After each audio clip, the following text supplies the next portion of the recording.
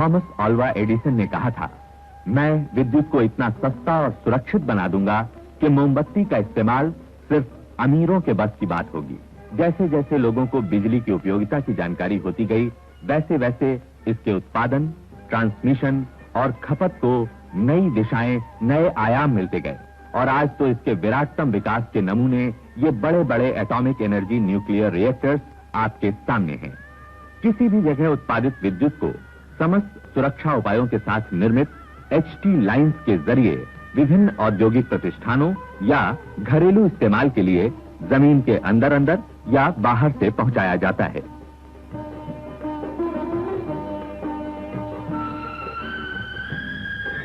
Transmission के दौरान होने वाले विद्युत नुकसान को न्यूनतम करने के लिए 440 वोल्ट से अधिक शक्ति की विद्युत के प्रवाह में अब हाई टेंशन ट्रांसमिशन का प्रयोग किया जाता है। इसके लिए डिजाइनर्स द्वारा बताई गई अन्य चीजों के अलावा उपयुक्त साइज के कंडक्टर्स इस्तेमाल किए जाते हैं।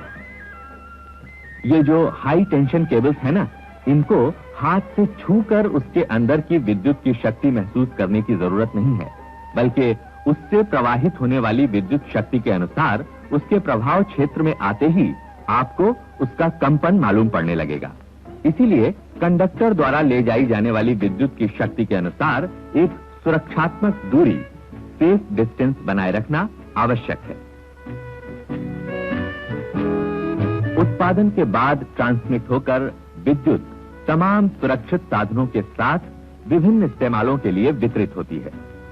हाई टेंशन वोल्टेज के इस्तेमाल के समय किए जाने वाले सुरक्षा उपायों के बारे में विद्युत नियम के अंतर्गत विस्तृत निर्देश दिए गए हैं, जिनका पालन करना चाहिए। आज के दौर में विद्युत एक अति आवश्यक और उपयोगी चीज है, जो हमारे दिन प्रतिदिन के जीवन का एक अभिन्न अंग बन चुकी है।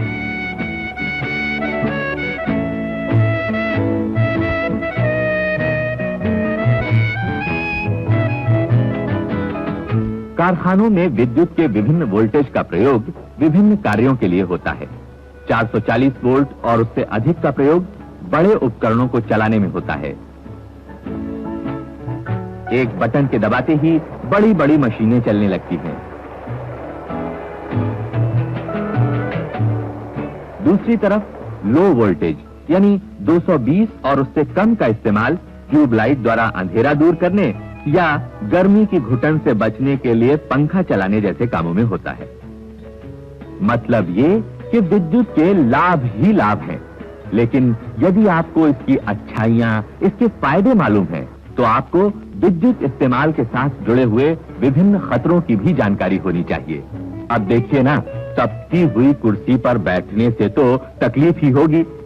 उद्योग धंधों के विकास के साथ साथ कई ऐसे खतरे सामने आते हैं जिससे बचाव के उपायों से मनुष्य पूरी तरह अवगत नहीं है। विद्युतीय खतरे इनमें से एक है। ओवरहेड क्रेन के केबिन तक पहुंचाने वाली सीढ़ी के आसपास इलेक्ट्रिकल फिटिंग्स नहीं होनी चाहिए, बल्कि वो सीढ़ी की विपरीत दिशा में होनी चाहिए। नया कारखाना स्थापित करने के लिए बनाए गए नक्शे में वहां काम में आने वाले रसायनों का गोदाम मुख्य इमारत से अलग हटकर एक सुरक्षित दूरी पर होना चाहिए। ऐसे रसायन गोदाम में लगाई जाने वाली समस्त इलेक्ट्रिकल फिटिंग फ्लेम प्रूफ होनी चाहिए। जहां कहीं भी रासायनिक पदार्थों का रख रखाव एवं प्रयोग होता है, वहां नाइट स्विच नहीं लगाना चाहिए, क्योंकि उससे निकलने वाले स्पार्क से रासायनिक विस्फोट हो सकता है। इसीलिए ऐसी जगहों पर फ्लेम प्रूफ फिटिंग्स और स्विचेस इस्तेमाल कीजिए। विद्युत के किसी भी प्रकार के उपयोग से पहले उससे होने वाले खतरों को ध्यान में रखते हुए आरंभ से ही उससे बचाव के उपाय करने चाहिए, जैसे कि सही प्रकार के इंसुलेशन का प्रयोग। मतलब ये कि विभिन्न परिस्थितियों में विभिन्न उपयोगों के लिए अलग अलग प्रकार के इंसुलेशन वाले केबल्स इस्तेमाल किए जाने चाहिए। भारतीय उद्योग धंधों की आवश्यकता के अनुसार कई कंपनियां उपयुक्त केबल्स बनाती हैं। इसके अलावा ISI एवं भारतीय विद्युत नियमों में भी विभिन्न स्थानों पर सही प्रकार के केबल्स के प्रयोग के लिए निर्देश दिए गए हैं। अलग अलग किस्म की मशीनों के संचालन के लिए स्विच डिजाइन भी अलग प्रकार के होते हैं। इसलिए स्विच का चुनाव करते वक्त सुरक्षित स्विच का चयन करना चाहिए।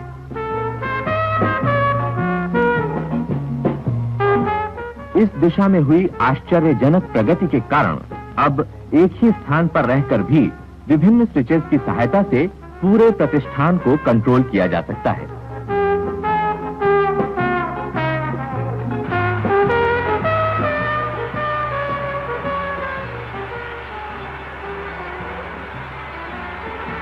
हमारे इस कामगार साथी को हैंड ड्रिल चलाने के लिए एक कनेक्शन चाहिए। यहाँ तार का सिरा खुला हुआ है, उसमें प्लग नहीं लगा है। कायदे से यहाँ 3 पिन प्लग की जरूरत है, लेकिन प्लग यहाँ नहीं है तो कौन ढूंढने जाए।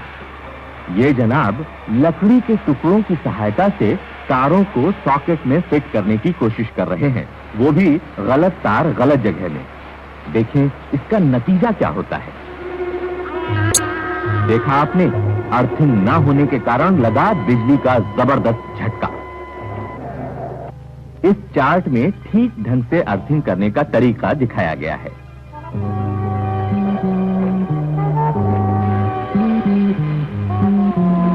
अब देखिए कि उसी काम को ठीक ढंग से किस तरह करना चाहिए।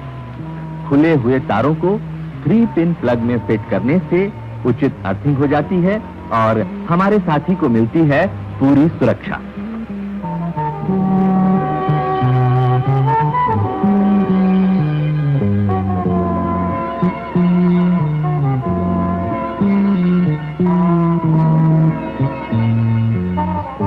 विद्युतीय खतरों से सुरक्षा के लिए ये भी जरूरी है कि आप केबल्स को इस तरह इधर-उधर यूं ही मत छोड़ दीजिए।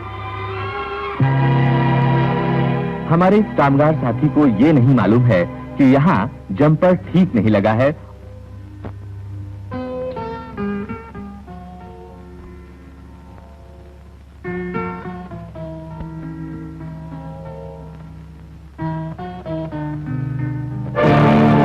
और इसके कारण कितना भयंकर नुकसान हुआ देखा आपने।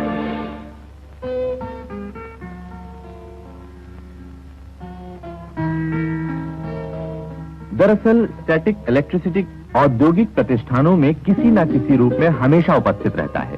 अतः इस प्रकार के खतरे से बचने के लिए जंपर्स की अर्थिंग और बाउंडिंग हर जोड़ पर ठीक से होनी चाहिए।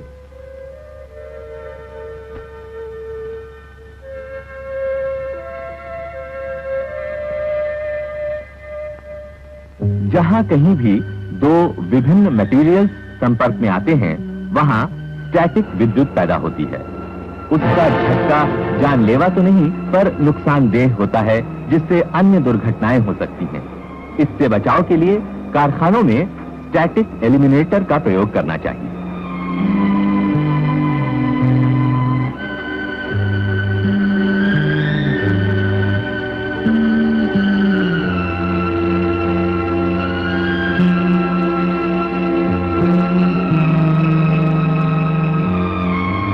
हर जगह अर्थिंग कर पाना संभव नहीं है।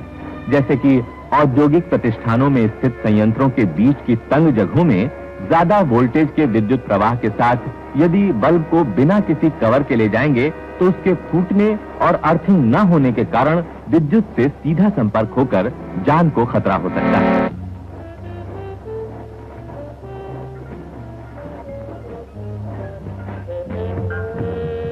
और सही तरीके द्वारा यानी बल्ब को कवर करके सुरक्षित संतुलित वोल्टेज के साथ अंदरूनी हिस्सों में रोशनी ले जाने से कामगार को कोई खतरा नहीं होता।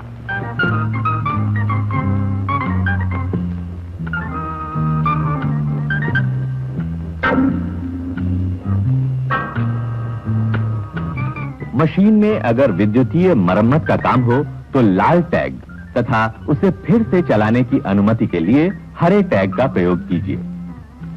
इस फिल्म को देखने के बाद आप भी इसी नतीजे पर पहुंचे ना कि उचित डिजाइन, सही सामान का चुनाव तथा प्रत्येक वोल्टेज को खतरनाक समझने से ही आपको पूर्ण विद्युतीय सुरक्षा मिलती है।